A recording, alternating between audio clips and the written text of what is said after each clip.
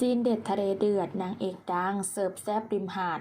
อ้ำต้องคอมเมนต์ซุปตาอ้ำยังต้องคอมเมนต์สวยแซบแต่โสดหรือเปล่าสำหรับนางเอกสาวสวยปุ๊กลุกฝนทิพย์เจ้าของตำแหน่ง Miss Thailand Universe